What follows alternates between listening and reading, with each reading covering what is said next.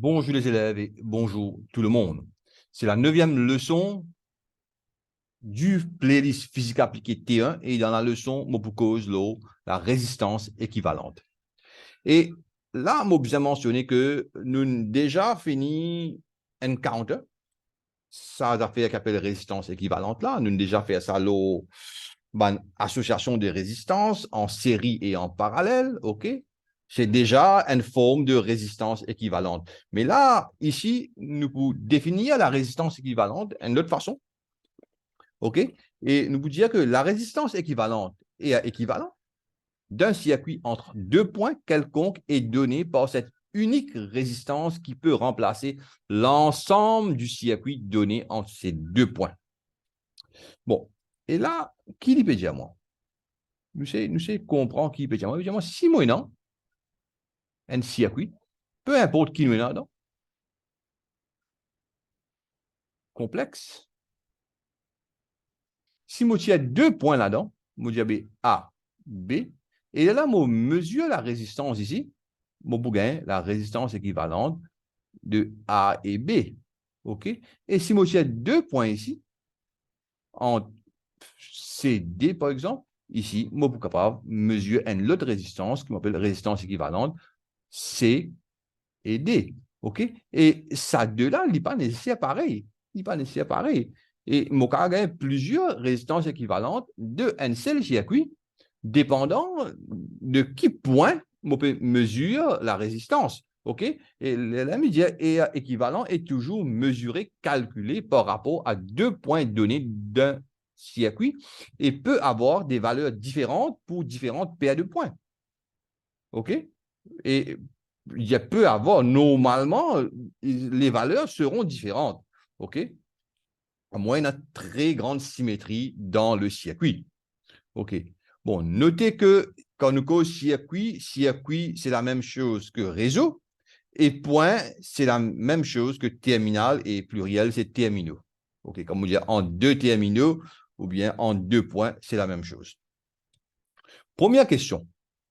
OK, c'est ça la théorie. Première question, trouvez la résistance équivalente d'un circuit indiqué, du circuit indiqué à gauche entre les points suivants. Voilà.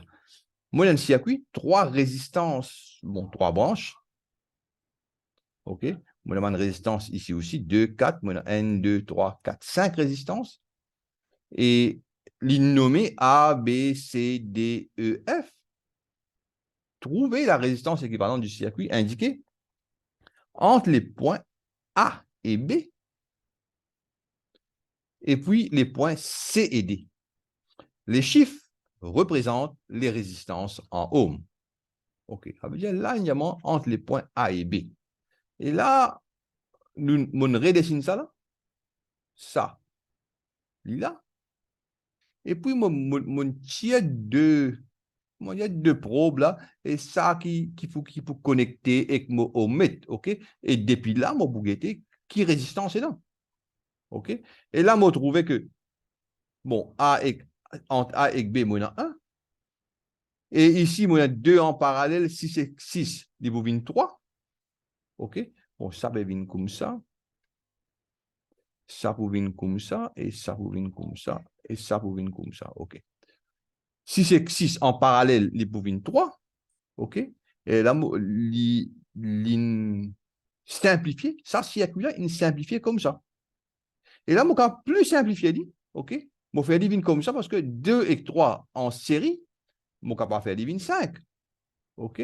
Et mon gain n et 5 en parallèle. Et n et 5 en parallèle, c'est n fois 5 divisé par n plus 5. Et là, mon gain 5, 6 ohms. Et là, mon cas dire que la résistance équivalente entre les points AB et AB est égal à 5 sur 6 ohms. Et maintenant, entre les points C et D, il est différent là. OK?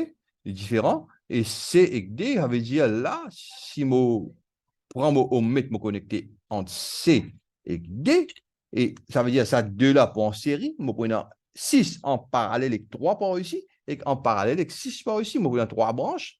6 en parallèle avec 3 parce que 2 et n en série, Et ici, 2 et 4 en série, ça veut dire 6 parallèle avec 3, parallèle avec 6. Et là, 6 et 6, déjà en parallèle, il bovine 3. OK? Ça, deux-là, nous connaissons quand deux résistances en parallèle, même résistance en parallèle, divine la moitié de 6 divine 3. Et là, on a 3 et 3 en parallèle, la moitié de 3 bovine 1,5. OK? Ou bien, moi, si ça calcule n sur 3, il bovine pareil. Ça veut dire, moi, faire n, l'eau est équivalent. Et là, si je n'ai pas une assurance, et si je peux dire 6 avec 6 pour 3, 3 avec 3 pour 1,5, je peux cette assurance-là. OK? Je ne pas qu'on maîtrise ça une technique d'optimisation là, des résistances, des associations de résistances bien. Et moi, je servi la formule, et là, mon rôle est équivalent. Et mobiliser 1,5. Deuxième exemple, un petit peu plus long. Deux résistances de valeur 1 kilo et 4 ohms. 4 kilo ça, sorry. Mal tapé. 4 kilo sont connectés en série aux bornes d'une alimentation à tension constante de 100 volts. Ça veut dire 100 volts est connecté, 1 kilo 4 kilo les deux sont en série. Un voltmètre ayant une résistance interne. Là, nous comprenons que le voltmètre, normalement, la résistance du voltmètre type infinie idéalement. Mais non, en la pratique, il y a une résistance, là, il peut dire qu'il y a une résistance interne de 12 kilo. OK? Et connecté aux bornes de la résistance de 4 ohms. Aux bornes de la résistance de 4 ohms. Dessiner le circuit et calculer. Là, on dessine le circuit. 100 volts, 1 kilo 4 kilo et au borne de la résistance, un voltmètre qui a une résistance interne de 12 kilo. OK. Dis-moi, calculer la tension réelle au borne de la résistance de 4 ohms avant que le voltmètre ne soit connecté. Mon un voltmètre, calculer la tension réelle. Ça veut dire, on a 100 volts et moyennant 1 kilo 4 kilo ça n'en a pas éliminé. Moi, je vais ça, hein?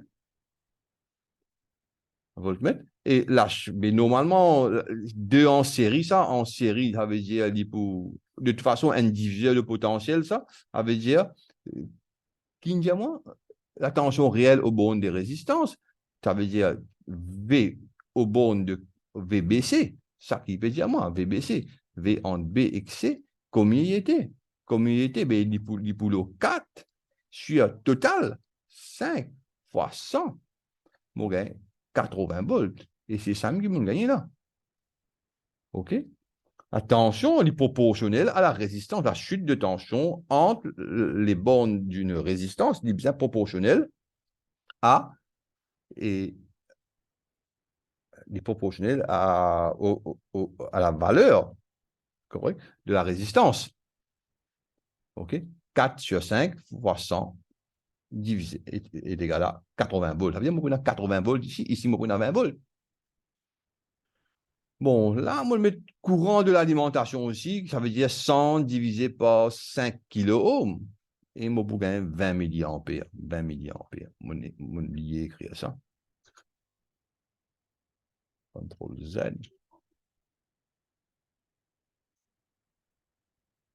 Ah, 20 milliampères. Pas une demande, moi. Mon écrit à lui, pas moi-même. OK. La tension réelle aux bornes de la résistance de 4 ohms après le branchement du voltmètre et la tension enregistrée. La tension réelle aux bornes de la résistance de 4 ohms après le branchement. Ça veut dire qui tension pour là et qui tension pour enregistrer. Et normalement, les deux tensions sont bien pareilles, hein? OK? Parce que les deux sont en parallèle. OK.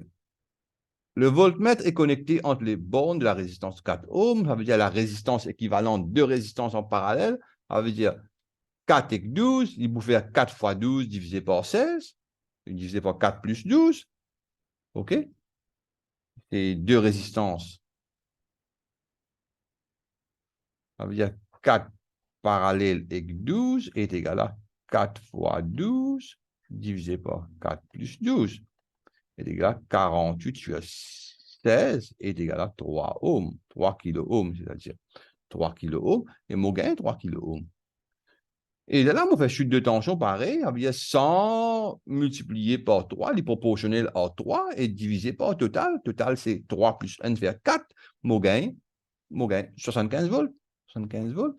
Et cette tension-là, il pour à travers ça, mais en même temps, c'est la valeur du mesurée par le voltmètre. OK? Parce que même tension, voltmètre peut mesurer 75 volts. Et là, moi, attention enregistrée par le voltmètre. Okay. Et là, il y a mon changement du courant d'alimentation lorsque le voltmètre est connecté. Bon, moi, j'ai un courant de 20 milliampères. Maintenant, mon courant in vin 100 divisé par 4, 25 milliampères. OK? Et 25 milliampères, 25 retire 20, c'est 5 milliampères. OK? Mon courant in diminué par, non, in augmenté par 5 milliampères. OK. Dis-moi, pourcentage d'erreur dans l'intention aux bornes de la résistance de 4 kΩ. OK, parce que le voltmètre, il perturbe la mesure. OK? Et ça me veut dire, ci-dessus est un exemple de perturbation apportée par un appareil de mesure. Les mauvais mesurés, mon fini gâte la valeur qui m'a mesuré, mon influence, la valeur qui m'a mesuré. OK. Ça, c'est un exemple. Et normalement, la plupart du temps, il est comme ça même. OK? The instrument of measurement, c'est l'instrument de la mesure, influence la valeur de la mesure. OK. Bon. Avant, nous trouvons pourcentage erreur, nous trouvons erreur de la tension. Tension actuelle était de 75 volts. Et la tension réelle, c'est 80 volts. OK? Nous prenons tension actuelle, retirer tension réelle, mon gain, retirer 5 volts. Ça veut dire, mon tension, il baissé par 5 volts. Et le pourcentage d'erreur, c'est retirer 5, bien sûr, moins 5 sur la valeur réelle, 80, multiplié par 100 est égal à moins 6,25%. OK. Ça, c'est le pourcentage d'erreur et de la tension. Nous prenons actuel, retire réel, divisé par réel, multiplié par 100. Mon gain, le pourcentage d'erreur. Bon, ça, c'est une question qui, bon, mon besoin fait assez là, parce que si vous avez une question comme ça, et l'élève l'y tassé, OK, parce que il n'est pas un habitué faire une optimisation de association de résistance de ce type-là, tout le temps pour les droites rectangulaires, verticales, horizontales, etc. Ça en est diagonale. OK? Mais pourtant, il est simple. Il est simple. Et quelle est la résistance équivalente du circuit de la figure ci-dessous entre les bornes A et B? Ça veut dire comment on peut get entre A et B là? Là. Et AB. Bon, première chose, vous allez redessiner. Vous dessinez une forme qui, moi, me comprend. OK? Vous mettez B là. Vous mettez A là. A. Ça veut dire ça, mon tourne.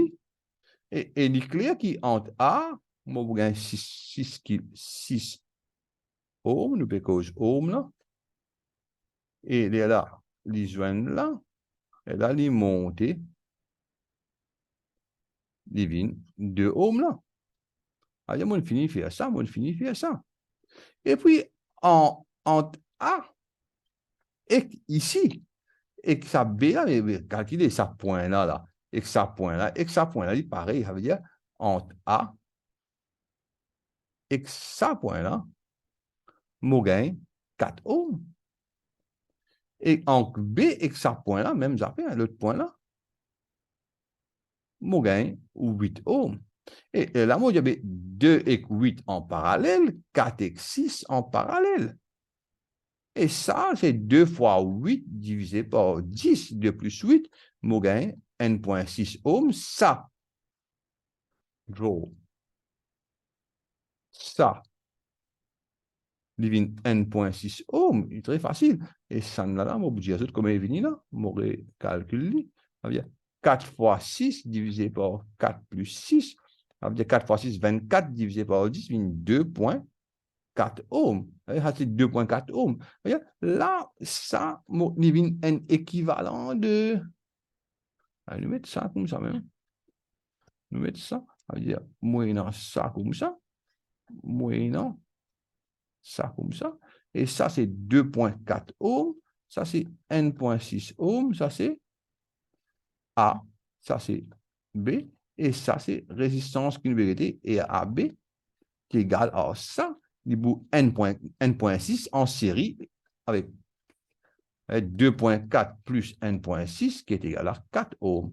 OK? Il est tellement simple. OK? Ou besoin juste réarrange les résistances d'une façon géographique dans l'espace. OK? Et là, on arrange d'une forme qui ou comprend, qui ou habitué, et il devient facile pour optimiser. OK? Et là, moi, pour arrêter le partage, OK? Plus important là-dedans, dans sa leçon-là, c'est sa définition-là. Sa définition-là. Et puis, ça, l'exemple-là, très important. L'exemple 1, très important. Nous prenons résistance depuis des points. Ici, nous gagnons une valeur. Nous prenons résistance depuis l'autre des points. Nous gagnons l'autre valeur. OK? Et c'est ça qui m'opère dire que la résistance équivalente entre deux différents points, deux différents paires de points. Les différents.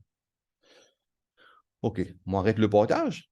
Moi, espérer, je ne comprends mon exemple là et je ne comprends peut-être une question qui est difficile et pour un novice, bien sûr, il n'est pas difficile pour tout le monde, pour un monde qui peut apprendre, il est difficile et moi, espérer maintenant, il devient plus facile et je prends courage pour atteindre cette question là sans aucune difficulté.